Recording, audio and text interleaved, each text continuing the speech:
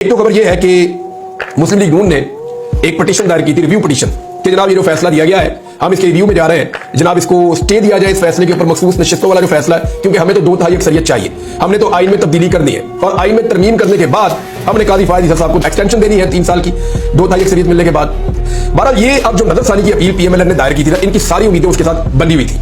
इन्हें लगा कि जैसे ही नजरसानी अपील आएगी इस पे स्टे हो जाएगा और इस फैसले के ऊपर अमल दरामद रुक जाएगा, और इसी उम्मीद के ऊपर इन्होंने इलेक्शन कमीशन ऑफ पाकिस्तान का इजलास जो है वो एक दिन और आगे कर दिया, यानी आज फिर इजलास चलेगा। अब उधर भी जो है ना वो एक बड़ा अजीबोगरीब काम हो गया। काजी फायद ईसा साहब चले गए अकलियत पे,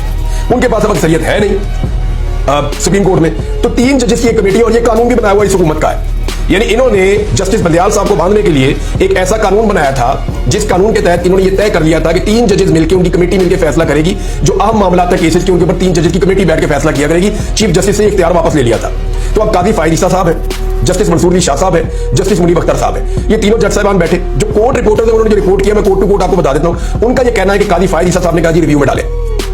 और इसको रिव्यू में डाल दे, जो फैसला हमने दिया है सुप्रीम कोर्ट ऑफ पाकिस्तान ने मखसूस नशिस्तों के हवाले से पीएमएलएन की दरखास्त के ऊपर, इसको रिव्यू में डाल दे। लेकिन बाकी दोनों जजेस ने इसकी मुखालफत की और उन्होंने कहा कि इसको तब तक रिव्यू में नहीं डालेंगे जब तक कि तफसीली फैसला जारी नहीं हो जाता, और तफसीली फैसला आने में तो बहुत टाइम लगेगा। उसकी वजह यह है कि जजेस 2 महीने की छुट्टी में जा रहे हैं। अगर जजेस और काजी साहब के पास रह गए बाकी सिर्फ टोटल 100 दिन, यानी आज जो है वो 99 डेज रह गए, 99 दिन। 99 दिन में से 60 दिन तो आप ये कर दें अलग, 60-65 दिन ये निकल गए, उसके बाद जनाब छुट्टियां निकल गई, तो काजी साहब के चांसेस कम होते चले जा रहे हैं। ये फ्रस्ट्रेशन है और इस फ्रस्ट्रेशन की वजह से इमरजेंसी की धमकियां लगाई जा रही हैं। अब के काजी फायद ईसा साहब के साथ हुआ क्या, 2 जजेस एक तरफ हो गए, उन्होंने कहा जी इस केस को नहीं सुनना,